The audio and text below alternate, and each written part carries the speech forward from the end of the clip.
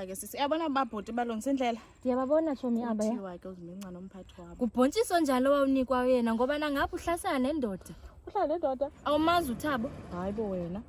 Uhlala nendoda ngwenza izinto azenzayo. Uhlasana noThabo owatshomi. Hayi wena ndandikhe ndayiva indaba kaThabo mfana kuthi ungumfana ozilungeleyo. Uhlalisa akanaka xesha lalonto bomkazi.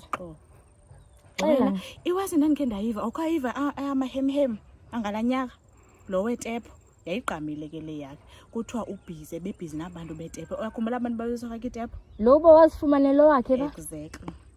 Kuthiwa wayezimincana ngabo. Kushuthi ke ugirl kwandoda efikayo apha around. Yakhe. Ngiyaxolela. Oh, Hayi sasizelo siAram sikaThabo ke. Hayi bethu sisiAram eso. Yena athethi baka sayivena xa ityiwe. Uzoyiva kanjani kalo ndive into oba kuthiwa. Into lento ifakwa apha. Isniff shomi.